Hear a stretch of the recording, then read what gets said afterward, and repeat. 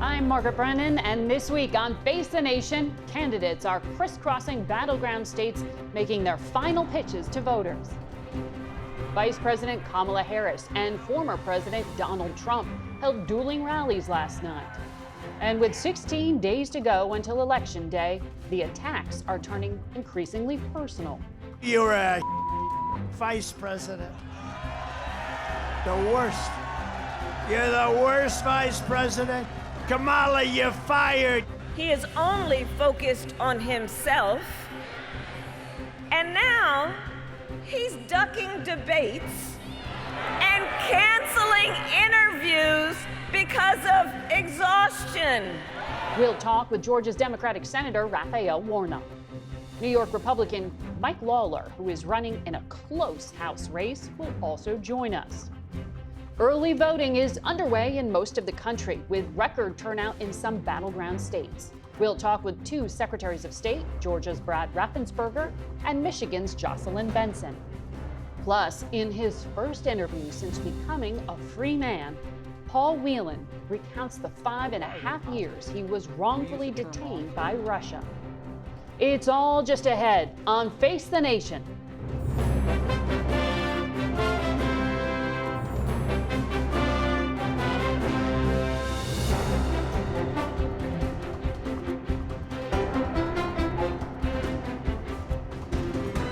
Good morning and welcome to Face the Nation, where we are 2 weeks and 2 days until the election. We begin this morning with Caitlin Huey-Burns, who is with the Trump campaign in Pittsburgh.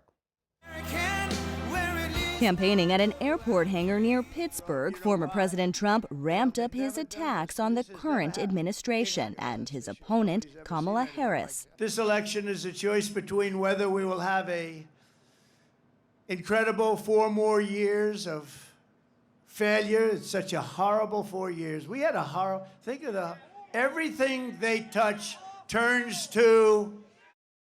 Trump lost Pennsylvania in 2020, and he wants it back.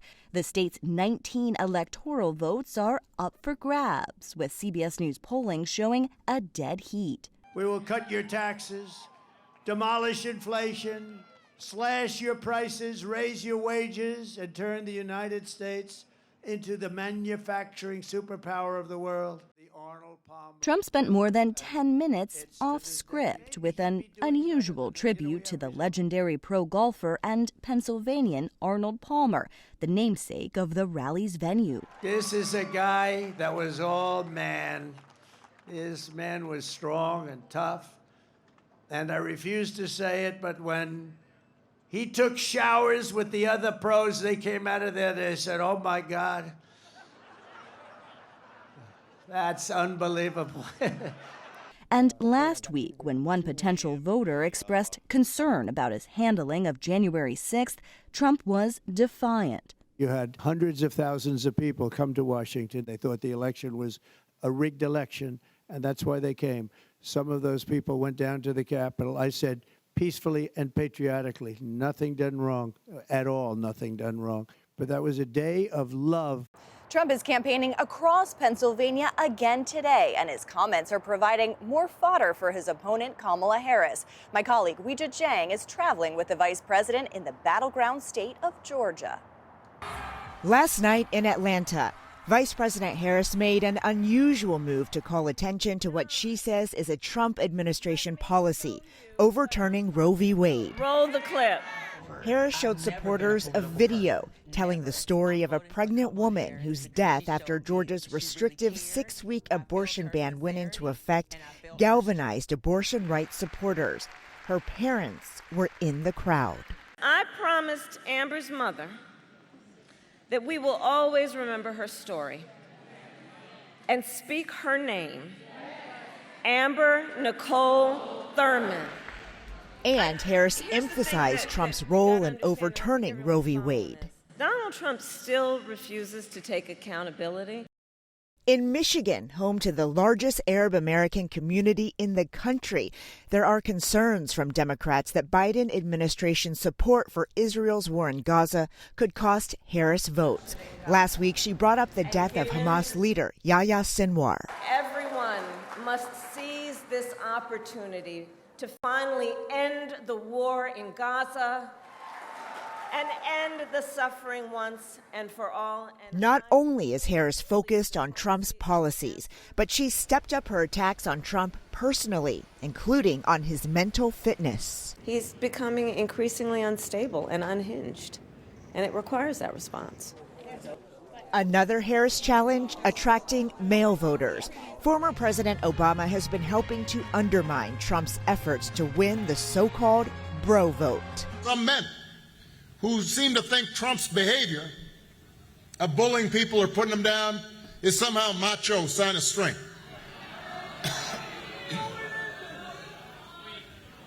I'm telling you, that's not what real strength is.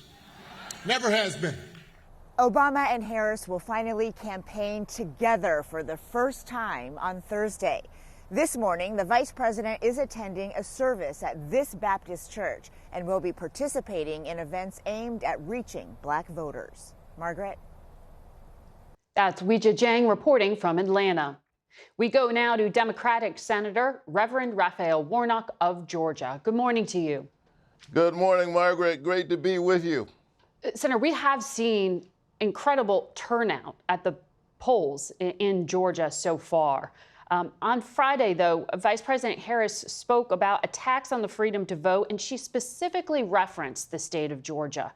As you know, the Department of Justice and the state had been fighting going all the way back to 2021 about some state laws that the Justice Department said denied or abridged the right of black Georgians to vote on account of their race or color. The Justice Department did not win that case. Do you think that the vice president's continued comments could backfire here in terms of discouraging people from showing up to vote? No, I think the aim of voter suppression is to discourage people from voting. Look, we saw the shenanigans of the Georgia State Board of Elections for what they are. This effort to literally change the rules while people are voting. And the courts rightly pushed back on that.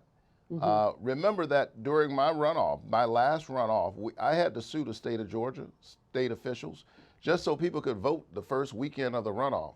Thankfully, the courts got it right during my election. And by the way, my margin of victory was close to the number of people who voted that first weekend that they said we couldn't vote. The courts got it right in my case. They got it right again this week. But I think the most important thing is for folks to show up. The way to respond to this is to not allow anyone to silence your voice. I'm glad that we're seeing this incredible turnout all across our state. I think it speaks to the vigilance of the people of Georgia, and I hope they'll keep it up all the way through early voting, which ends on November 1st, and then that they will get others there on November 5th.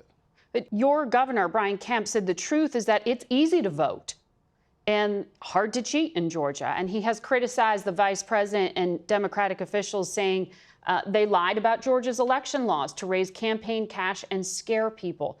Doesn't this high turnout assuage some of what you call attempts at voter suppression?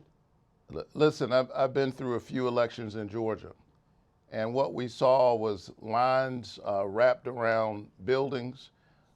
We saw the effort of state officials to make it impossible for people to vote the first weekend of our runoff, and Georgians stood up. Listen, the fact that voters turn out doesn't mean there's no voter suppression. It just means that people aren't willing to have their voices silenced or muted. And the good news is that they're showing up, and we'll keep this going between now and November 1st, and then show up on Election Day on November 5th. So you stand by your belief that there are attempts to suppress the vote in Georgia? Listen, we saw what the State Board of Elections did just this last week. But the court... They literally are trying to change the election rules in the middle of the election, and the courts had to undo what they were trying to do. And what I'm saying to the people of Georgia is that the way to respond to this is to keep showing up, because when we show up, we win. And lastly, are you concerned at all about political violence in your state?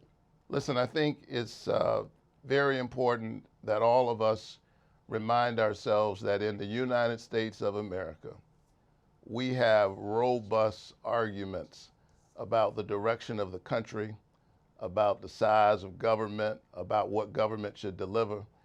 And those arguments are robust and sometimes rambunctious in order to avoid violence.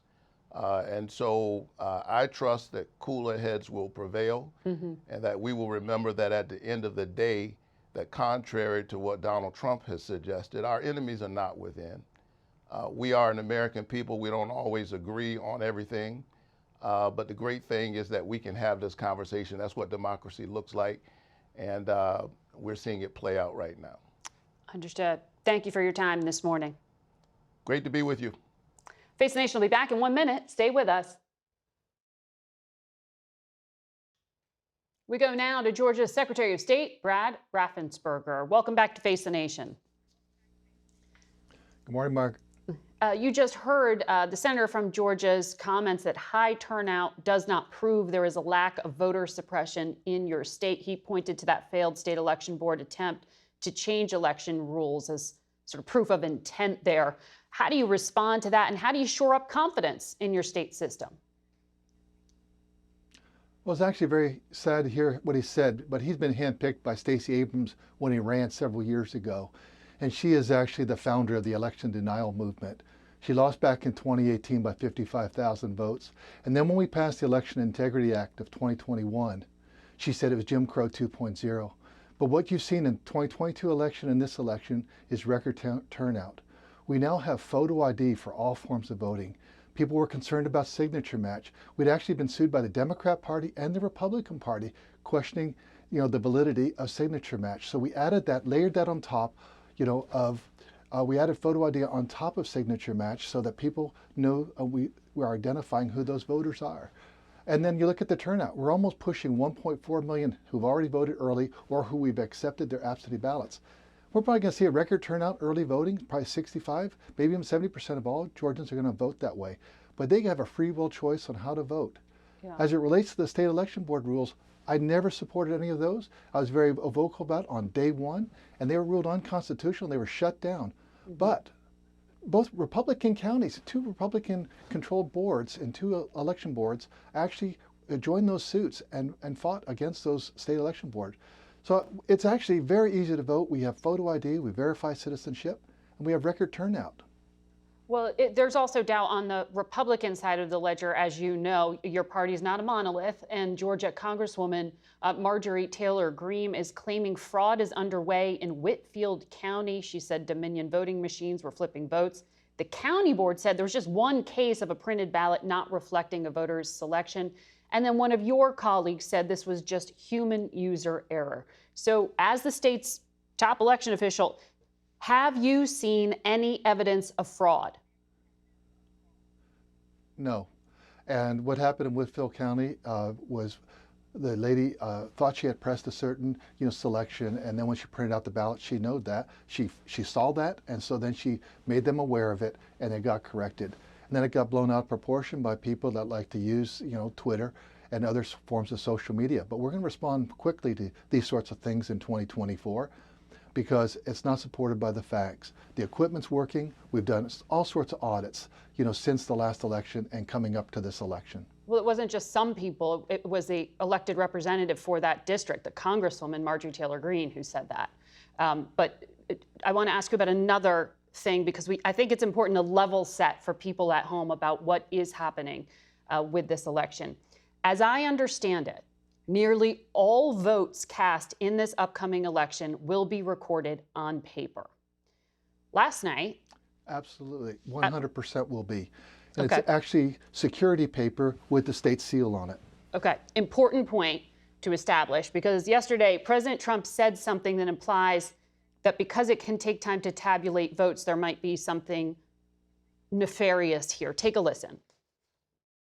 We spend all this money on machines, and then they announce, we expect to have the results like 7 days after the election. If you had paper ballots, you get them at 10 o'clock. France went to paper because what we did didn't work. He's pointing to a lack of paper ballots as a problem here. Is he accurately describing what's happening, and how long will it take to tabulate votes? In Georgia, 100% of all the votes cast will be on a paper ballot. but actually nationwide, it's going to be over 96 to 97% of all voting in America will be on paper ballots. But we also just put into law this year with SB 189 that all early votes and all early accepted ballots, they all will have to have their results reported by 8 p.m. That's 70, maybe even 75% of all the vote totals will be reported no later than 8 p.m. on election night. Won't take 7 days to tabulate votes, as he said? Absolutely not. What we will be waiting for is the overseas ballots that come in no later than Friday, and so those will then be the final numbers.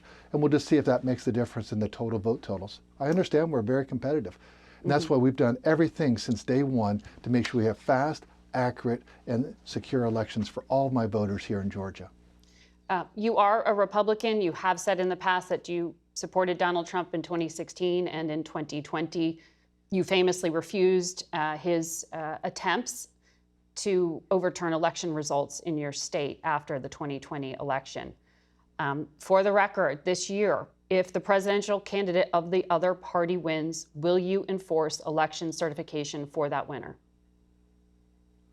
I'm going to make sure that whoever wins this race, that is what gets certified. I'm going to follow the law and follow the Constitution. I'm going to do my job, and that's what the people of Georgia have elected me to do. I represent the voters of Georgia. So at a rally in August, Donald Trump publicly praised those state board of election officials we talked about earlier, 3 of them who were there as his supporters present at the rally. He called them pit bulls fighting for transparency and victory, and he said this. Your governor, Kemp, and Raffensperger are doing everything possible to make 2024 difficult for Republicans to win. What are they doing? I don't know. They got something in mind.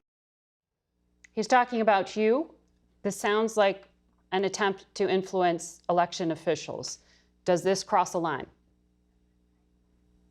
Well, it doesn't influence me because everything we've done from House Bill 316 back in 2019, SB 202 in 2021, and SB 189, everything we've done is to shore up voters' concern, shore up security, but also we are making sure that the lines that Senator Warnock just mentioned, there's state law now, lines have to be shorter than 1 hour on election day, and we track it. And the average wait time in 2022 was actually 3 minutes and sometimes got down to 2 minutes. And even during this early voting period, lines we've been seeing reported at the early vote centers, but lines have been less than an hour. But you also get checked in with the electronic poll pads in less than 2 minutes. I got checked in this past week with my wife. We got checked in less than 47 seconds. I timed it. Pretty amazing. Secretary Raffensperger will be watching your battleground state closely. Good luck. We'll be right back with a lot more Face the Nation. Stay with us. This portion of Face the Nation is brought to you by Simply Safe. There's no safe like Simply Safe. We turn now to Michigan Secretary of State Jocelyn Benson. Good morning to you, Madam Secretary. Good morning. So more than 1 million people have already voted in Michigan. More than 2 million people have requested absentee ballots. I know you cast your own ballot in Detroit, which began voting yesterday. What's the turnout like? Well, people are energized, and it's been really exciting to see. Now we're over 2 weeks out, just over 2 weeks out, and already, as you mentioned, over 1 million citizens have returned their absentee ballots, which is a great sign for an engaged electorate on both sides of the aisle. And then yesterday, Detroit launched early in-person voting where citizens could come and actually put their ballots into the machine. That's what I did, and I joined close to 2,000 others who did that. And just to give you some comparison, the first day of early in-person voting in Detroit in the August primary, we saw just over 200 people vote. This time we saw 2,000 or close to 2,000, 10 times almost as many. So that shows Detroit citizens are overwhelmingly enthusiastic and engaged. And I'm really grateful for all our partners who've been educating citizens about their rights to vote in these final weeks. So I want to ask you the same question I asked your colleague from Georgia.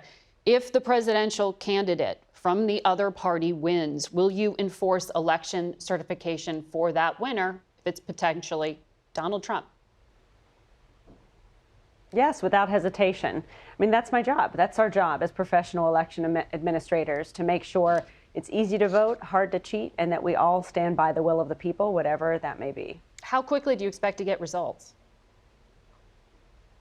Well, you know, in 2020, we had the results of our highest turnout election in Michigan history within 24 hours of the polls closing. The unofficial results were completed by 8 p.m. on Wednesday. So we're tracking that again this year. We do have more options to process ballots sooner than Election Day, which is where we were restricted in 2020. So I'm optimistic we could see results even sooner, but I would estimate end of the day on Wednesday as the best guess on how we'll perform.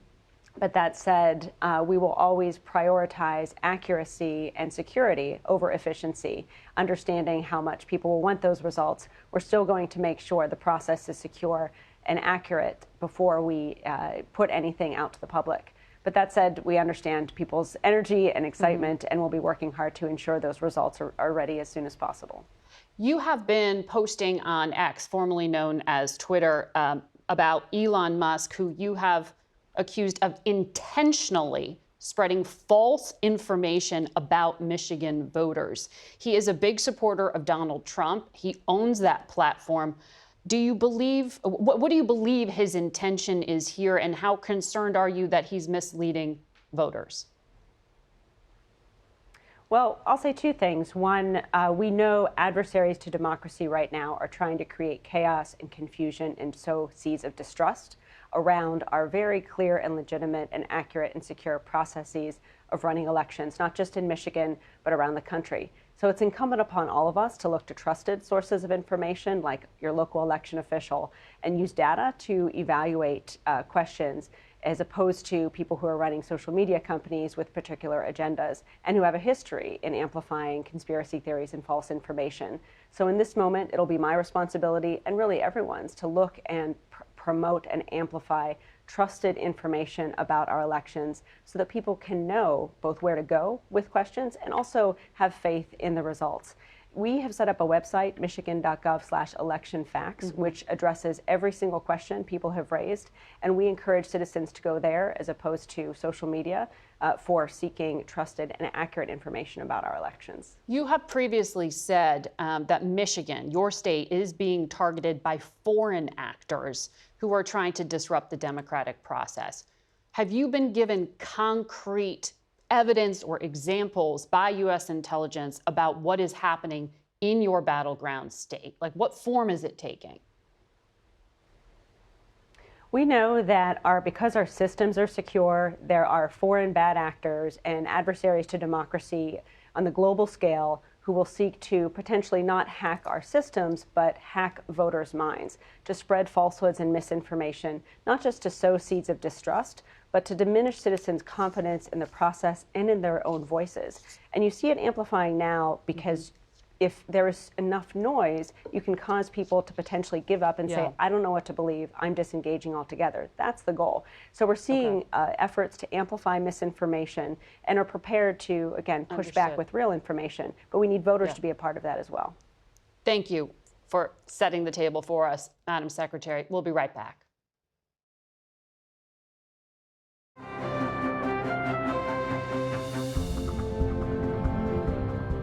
Welcome back to Face the Nation. We go now to Republican Congressman Mike Lawler of New York. Good morning and welcome to the show.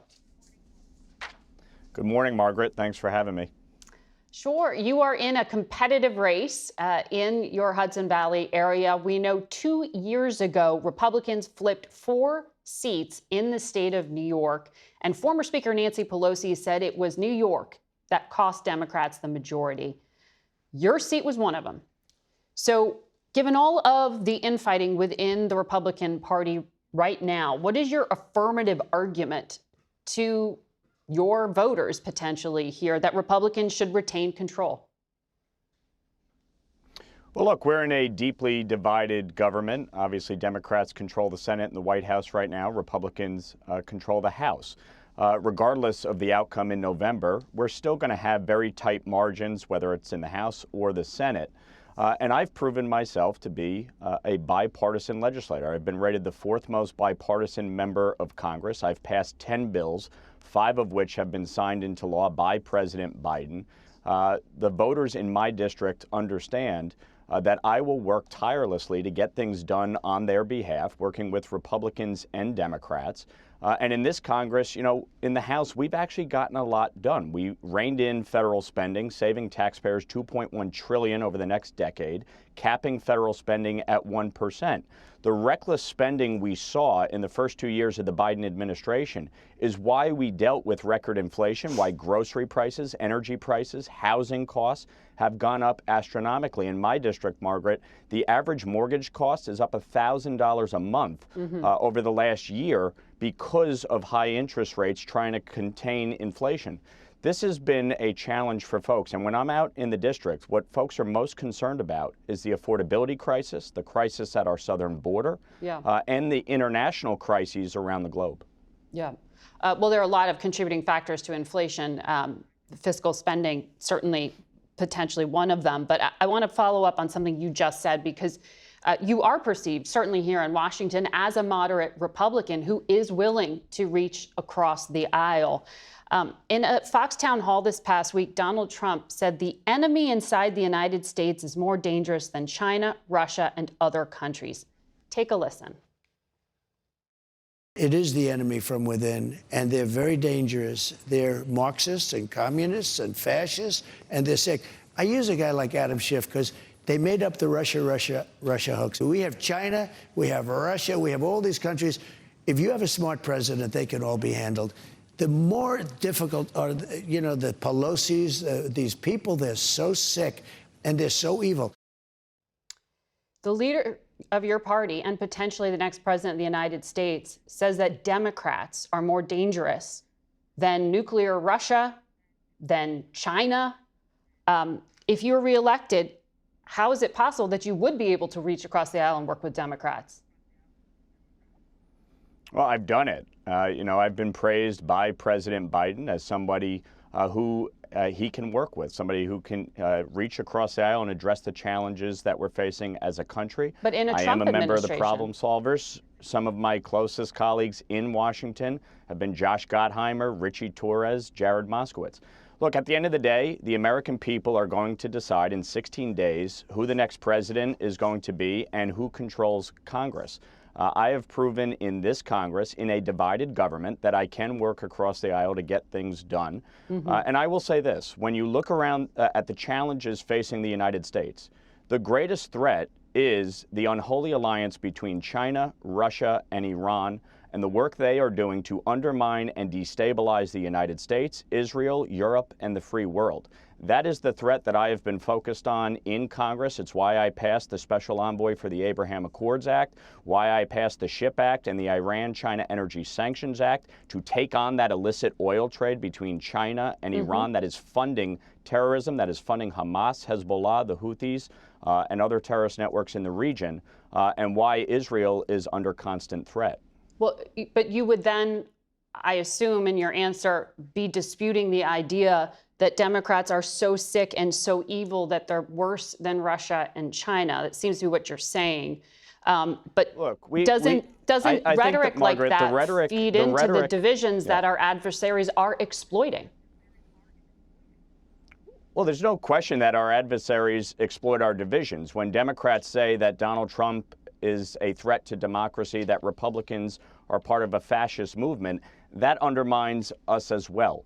All of the rhetoric needs to stop. We need to focus on the threats that are actually facing the United States, which are from China, Russia, and Iran, the crisis at our southern border, in which drug cartels are trafficking women, children, drugs, fentanyl pouring into our country. These are the challenges we need to focus on as an American people and as government officials, and that's my commitment, regardless of the outcome of this election in November. Before I let you go, you have worked on a bill to try to prevent rogue states from taking Americans hostage. We'll hear shortly from Paul Whelan, a freed American hostage. How do you stop countries from doing this? Look, we need to be very firm and resolute. Obviously, Russia has engaged in this for years. You see 7 Americans still being held hostage by Hamas in this conflict currently. Iran over the years has taken Americans hostage. We need to implement sanctions on these regimes, and we need to get our allies to recognize these are not folks we can work with. And so we've introduced legislation to combat it directly. And we'll hear from Paul Whelan up next. We'll be right back.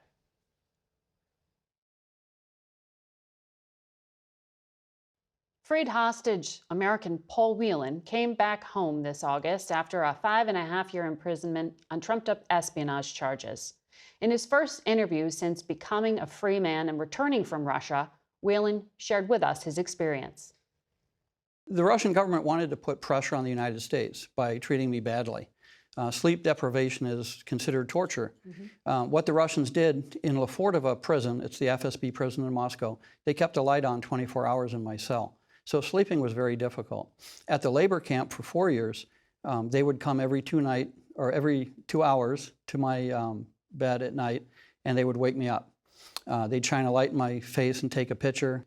Every night, every 2 hours, I was woken up. Getting off that sleep pattern has been very, very difficult. You were in Moscow in 2018, as I understand it, for a friend's wedding. And Russia, I guess, has now released a video of your arrest showing an acquaintance who worked for the FSB putting a flash drive into your hand in a Moscow bathroom. Moments later, you are arrested. Who was that man? I think his name's Ilya Yatsenko. Who was he, and did he set you up? Well, those are issues that I'm not really prepared to speak about right now. I am going to write a book, and that's a situation that I'll explain in the book. Do you think, though, that you were targeted, that you were being set up? Well, I was certainly targeted. I hadn't done anything. I hadn't committed espionage. I was accused of being a brigadier general with the U.S. Defense Intelligence Agency, the DIA. I certainly, was never a general, and I never worked for the DIA, and I was never a secret agent. So the case they came up with was, materially false. I was obviously set up. At the time, you were a global head of security for an auto parts firm. Right. You have a background in the Marines. You have a background as a police officer. And you had begun corresponding with Russians. You traveled to Russia on a fairly frequent basis. Did it ever enter your mind that there was reason to suspect that you were a spy? Well, since an early age, I've been traveling the world. I'd taken my parents to Russia to see Moscow. It was safe for tourists. The problem, though, is, you can never tell what a rogue regime is going to do. And that's what the Russians are. And they came after me. They said I was a spy, and then obviously they held me as a hostage. And that's an important part to bring up, is that I was a hostage. And from day one, the Russians told me that they were holding me to do a trade with the United States. Because they know that the American government will fight to get American citizens back. Right. Yeah. Who wants to leave a tourist in prison for no reason? Were you working in any way for any government? I know you have citizenship in Canada, the U.S., Ireland, the UK. Well, those are issues that I'll discuss in the book.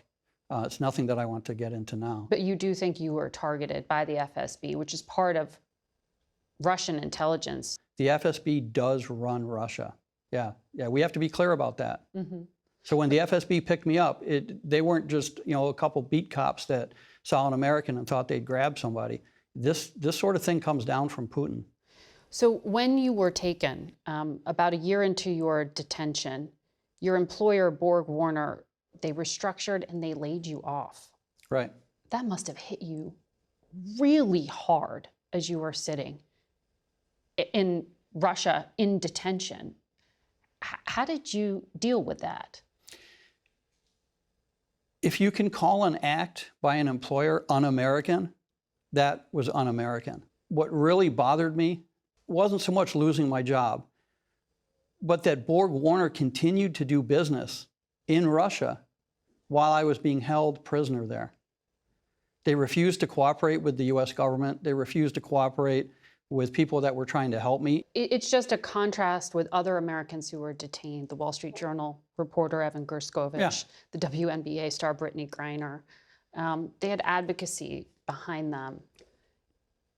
Did you feel that you were just there alone? Left out to dry? Yeah, Borg Warner left me out to dry. Yeah, Borg Warner left me out to dry. So in 2020, you're sentenced to 16 years in a Russian labor camp. And then in 2022, the world changes dramatically. Not only is WNBA star Brittany Griner taken in mid-February of that year, Vladimir Putin shocks the world by invading Ukraine. How much of this were you hearing in terms of what was happening outside the prison? I was fortunate. The ambassadors and the consular teams from my 4 countries, America, Canada, Ireland, and England, would come and visit me on a regular basis at the labor camp. I received a lot of information from them. I did get mail from home. The Russian media is just propaganda, and they didn't report much on the war because they were losing, and that was interesting for us.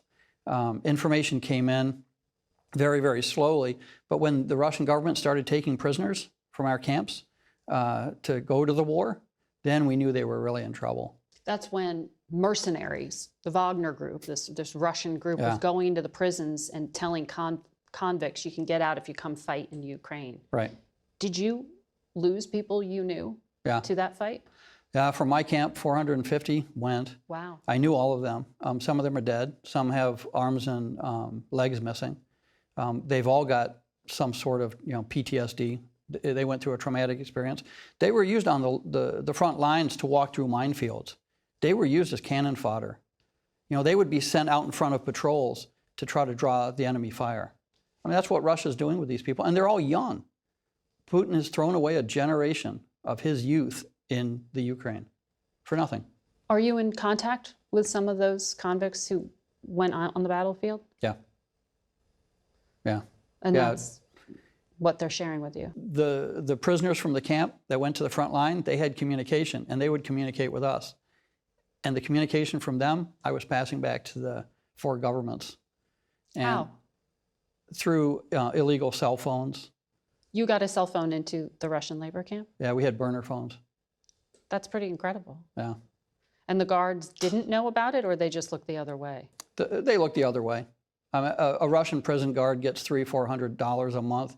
You give them a carton of cigarettes, and you can do just about anything you want. Trevor Reed, he was freed in exchange for a Russian drug dealer. American diplomats told us Trevor Reed got out because the U.S. feared he was going to die in prison. But you were left behind. Right. That had to hurt. Devastating. Devastating. I was told a deal was in the works. I was told that I would be home soon. Trevor and I would be getting on a plane, flying out of Russia. Together. Unfortunately, I was sitting in the factory working, and on the radio, the Russian radio, I heard that a deal had been made and a trade had taken place for Trevor to go home. All I could do was just sit back and try to process what I had just heard in Russian, and all I could do is just keep on working. And then later I got to a phone and I was able to call Roger Karstens, and I asked him some pretty direct questions. He's the hostage envoy. Yeah, I asked him some pretty direct questions. What did you say? Basically, WTF. Yeah, why am I here? I was glad that Trevor went home. That's not a problem. I was glad that Trevor went home, especially because he was suffering some medical conditions. He had some issues. And I said, okay, that's fine, but what about me? I'm still here. What are you going to do? I asked to speak to Secretary Blinken, and of course, he and I had several long-winded phone calls from prison. Between the State Department and the prison? Yeah. You're speaking to the Secretary of State? Yeah. Did he apologize? He explained, and he let me know that the United States was coming for me. They were doing everything they could, that the Russians kept changing the goalposts. He's a good man. And, I've met with him personally since my release. I think that he and his team were doing everything that they could at their level to get me home. Whether other people at higher levels really were, I don't know. So that's April. And then months later. Right. I'm still there. You're still there. And Brittany Griner, a WNBA star who'd been picked up on drug charges, was freed in exchange for Victor Boot, the merchant of death. Your twin brother, David, said it was a public disappointment, but he feared it would be a catastrophe for you. Your family was really worried about your well-being. Well, I was too. I was too. Was that your lowest point? That was. And, I started to explain earlier that I'd been working in the factory. I was called to the warden's office, the FSB's there, et cetera, et cetera. There's a phone call for me. I pick up the phone. It's the White House. It's one of the officers with the DHS. And he basically tells me that, Brittany Griner was going home, that the trade was for Victor Boot. And, I asked him point blank, I said, so what else do you have to trade? And he said, nothing. I said, you gave up your negotiation platform. There's nothing else. How do you now get me back? And he said, well, we're going to reconvene tomorrow to discuss that. Oof. And I said, I said point blank to him, you realize what you've done, that you've abandoned me here. You have no one to trade. They don't want anyone else. And he said, yes, we realize that. And I said, well, say hello to Brittany. I'm glad she's going home. She shouldn't have been there at all, ever. But the U.S. government did continue to try. And in fact, the Russians started testing out that assassin who had shot dead someone in the middle of Berlin. That was Vadim Krasikov. Yeah, as soon as he was arrested, they said, we'll trade him for Paul. And this was extremely difficult. President Biden had to convince the German chancellor to free a convicted assassin who shot someone dead in the light of day in the middle of Berlin. Right. But ultimately, the German government agreed to do that. What did you think of that trade? I'm glad the president did what he did to get Evan and I home. There were a few others. Alsu, she came home. Some of Navalny's people were released. When you're the president, you have to make tough decisions. But the U.S. policy has to be one of deterrence. They've got to do something.